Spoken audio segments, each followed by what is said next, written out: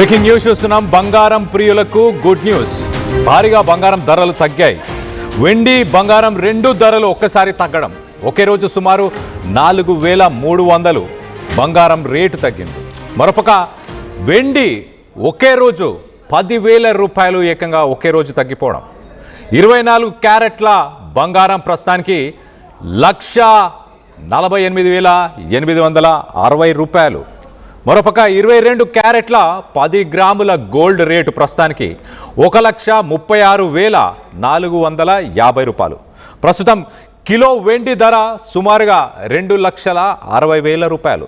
గతంలో మనం చూసాం వెండి సుమారు 4 లక్షలని తాకేలాగా ప్రైజెస్ అంతగా పెరగడం మనం గమనించాం. ప్రస్తుతానికి 2,60,000. మరొక బంగారం 1,50,000 రూపాయలు అసలు తగ్గవనే అనుకున్నారు ప్రజలు. కానీ ప్రస్తుతానికి 1,48,000 రూపాయలు 860.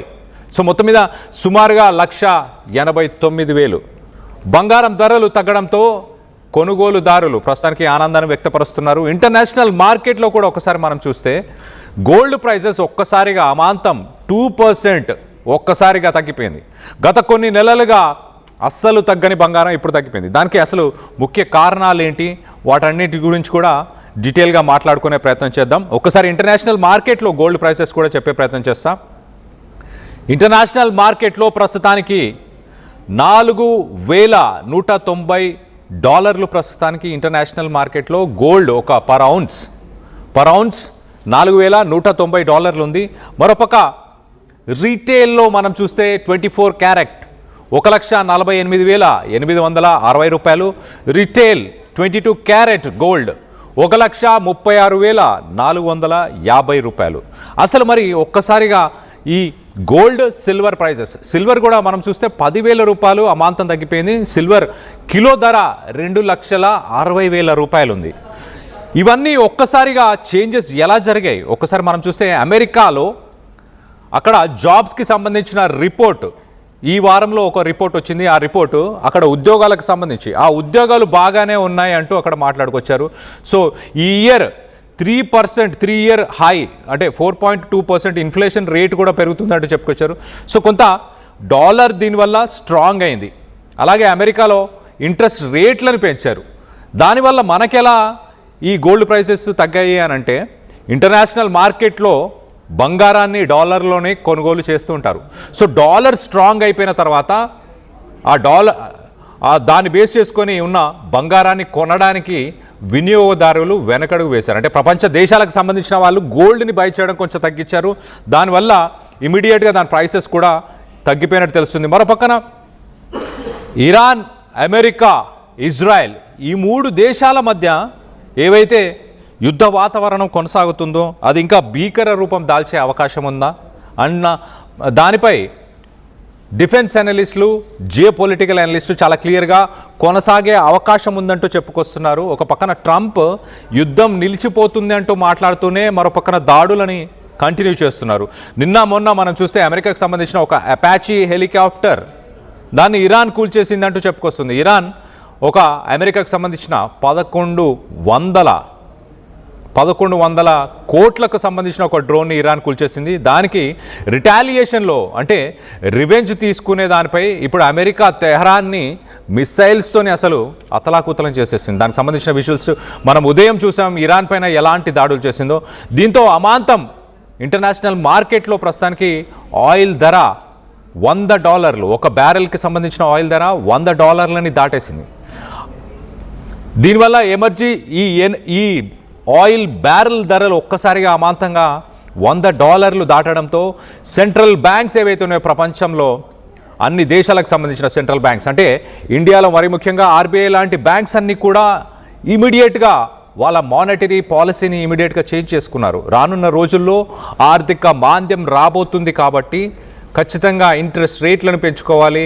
ట్రెజరీ బాండ్స్ ఏవైతే ఉన్నాయో వాటిని కూడా కొంత బై చేసే ప్రయత్నం చేస్తున్నారు ఇతర దేశాలకు సంబంధించిన వారు.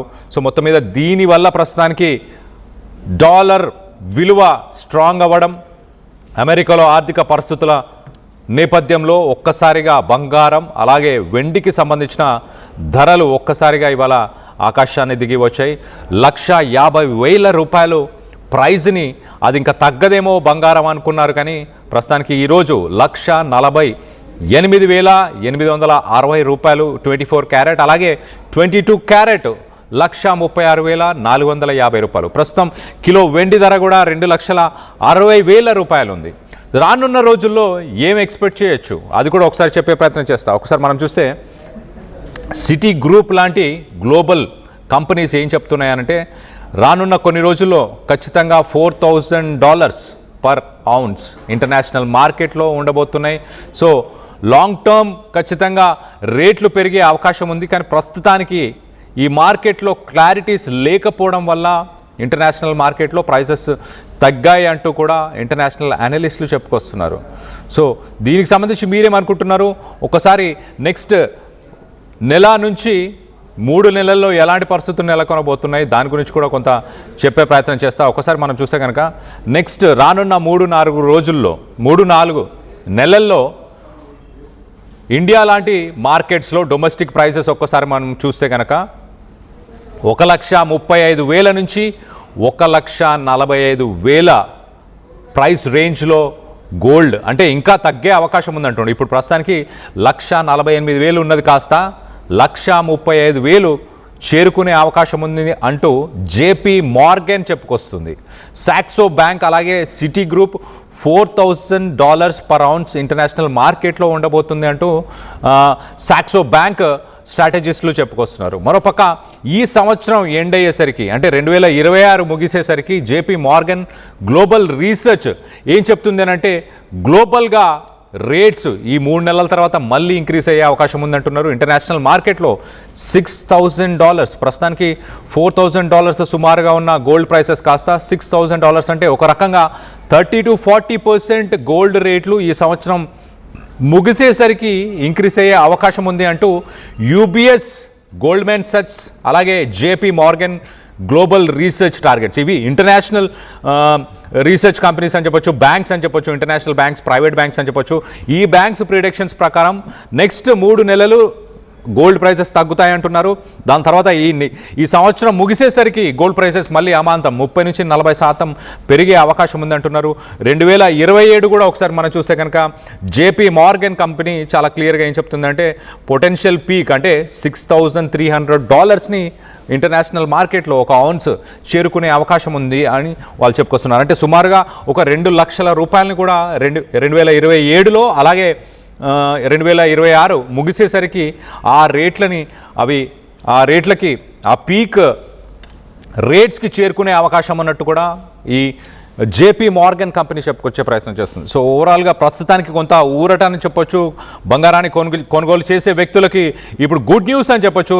ఆగస్టు మాసం తర్వాత మనం చూస్తే కొంత పెళ్ళిళ్ళు జరిగే అవకాశం ఉంటుంది కాబట్టి ఆ పెళ్ళిళ్ళకు సంబంధించిన వాళ్ళు ఇప్పుడు ఆభరణాలు కొనుగోలు చేయడానికి సరైన సమయం అవుతుంది. ఖచ్చితంగా ఇప్పుడు మార్కెట్ ప్రైసెస్ డౌన్ ఉన్నాయి కాబట్టి ఇప్పుడు బంగారం ప్రియులు అలాగే వెండి ప్రియులు ఎవరైతే ఉన్నారో వాళ్ళు ఇప్పుడు కొనుగోలు చేయడానికి సరైన సమయం అంటూ కూడా చెప్పుకొస్తున్నారు. ఓవరాల్గా దీనికి సంబంధించి మీరేమనుకుంటున్నారు? రానున్న 3 నెలల్లో లేకపోతే ఈ సంవత్సరం ముగిసేసరికి బంగారం ధరలు ఎంతగా ఉండబోతున్నాయి అన్న దానిపై మీ అభిప్రాయాలు ఏంటనేది కింద కామెంట్ రూపంలో తెలియపరచండి. అలాగే వెండికి సంబంధించిన ధరలపైన కూడా మీ అభిప్రాయాలు ఏంటి? గతంలో మనం చూసాం 3,60,000, 3,80,000 సుమారు 4 లక్షలని వెండి తాకబోతుందేమో అనుకున్నాము. అంత ప్రైజెస్ని మనం గతంలో చూసాము. ఇప్పుడు ప్రస్తుతానికి వెండి కిలో ధర కూడా 2,60,000 రూపాయలు. ఒక్కరోజే సుమారు 10,000 రూపాయలు వెండికి సంబంధించిన ధరలు తగ్గిపోయాయి. అలాగే బంగారం ధరలు కూడా ఒక్కసారిగా తగ్గిపోయాయి. దీనిపైన మీ అభిప్రాయాలు ఏంటి? మీరు ఈ సంవత్సరం అంటే మరో పక్కన మనం గమనించాల్సిన విషయం ఏంటంటే ప్రధానమంత్రి మోదీ ఈ సంవత్సరం అసలు మీరు బంగారాన్ని కొనుగోలు చేయకూడదు అంటూ ప్రధానమంత్రి మోదీ పిలుపునిచ్చాడు. మీ ఇంట్లో ఉన్న బంగారాన్ని కరిగించి మళ్ళీ దాన్నే వాడుకునే ప్రయత్నం చేయండి. ఈ ఒక్క సంవత్సరం ఆర్థిక మాంద్యాన్ని ఎదుర్కొనే అవకాశం ఉంటుంది. ఇరాన్, అమెరికా, ఇజ్రాయెల్ యుద్ధం వల్ల మనం గడ్డు పరిస్థితులను ఎదుర్కొనే అవకాశం ఉంటుంది అంటూ ప్రధానమంత్రి మరోపక్కన ఆయన చెప్పుకొచ్చారు. మొత్తం మీద మీరేం చేయబోతున్నారు? బంగారం ధరలు తగ్గాయి కాబట్టి బంగారాన్ని కొనుగోలు చేయాలనుకుంటున్నారా? మీ ఇంట్లో ఉన్న బంగారాన్ని కరిగించి మళ్ళీ దాన్నే వాడుకునే ప్రయత్నం చేస్తారా? ప్రధానమంత్రి మోదీ ఇచ్చిన పిలుపుని మీరు స్వాగతిస్తున్నారా లేదా అన్న దానిపై మీ అభిప్రాయాలు ఏంటనేది కింద కామెంట్ రూపంలో తెలియపరచండి.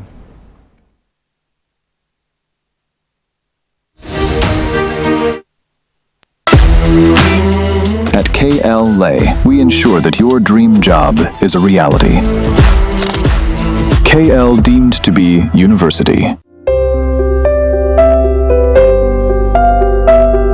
చిన్న చిన్న ఆనందాలు 35 ఏళ్లుగా నా జీవితంలో లేవు.